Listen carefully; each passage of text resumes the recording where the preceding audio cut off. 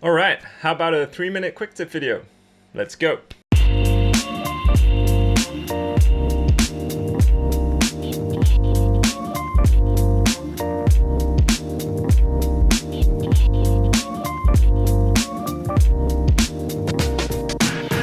Hey everybody, welcome to the Cutting Skills Design channel. My name is Antonio, and today I just wanted to discuss who you should actually learn from. Now, this probably seems obvious to most of you.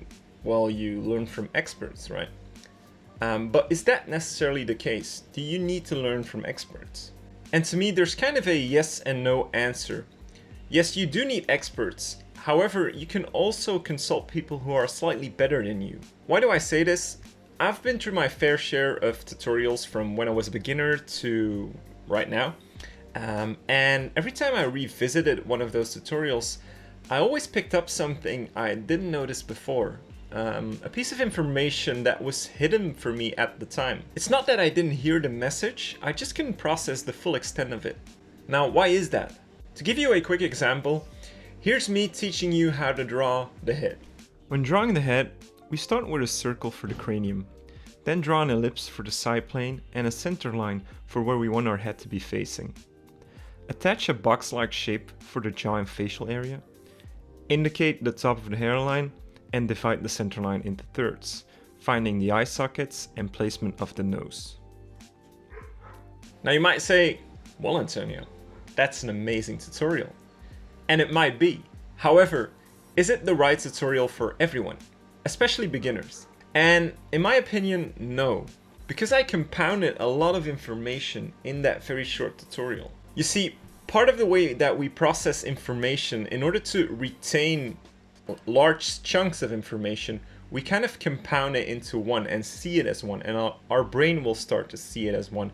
And when we pass on that information, we will probably pass it on as one chunk of information, while it actually contains lots of little pieces of information. When I gave you that quick tutorial, I was already compounding information like perspective, contour lines, skull anatomy, proportions, and probably a lot more.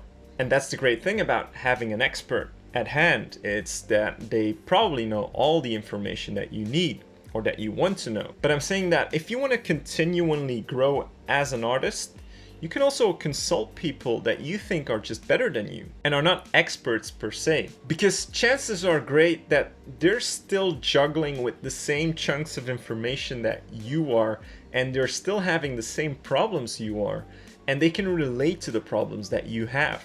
But they maybe have found some quicker ways to solve them, and they can teach you, and you'll probably be able to process that information a lot better. And that's all I'm saying, is that don't be afraid to consult people that are just a bit better than you are.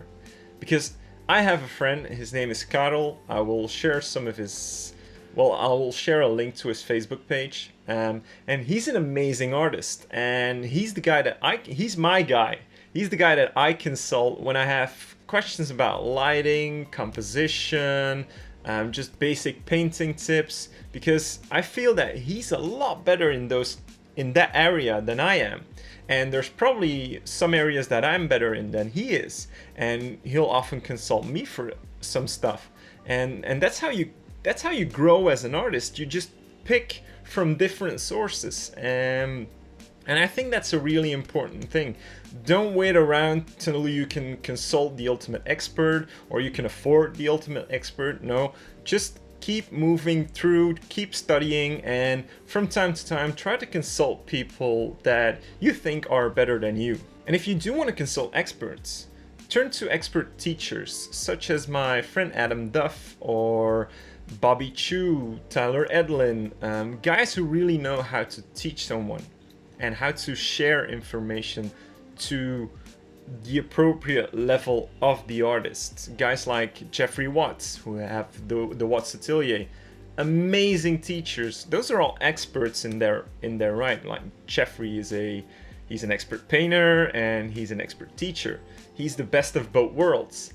But there's not a lot of those guys out there. There's a lot of experts that share their knowledge, which is a great thing. but they usually compound a lot of the information, which might make it hard for beginners who buy those tutorials to actually process the information, and sometimes get frustrated when they are trying to replicate what has been taught in the tutorial. So that's it for me today, guys. I thank you all for watching. Hope you enjoyed the content, and I'll see you guys in the next video. Bye bye.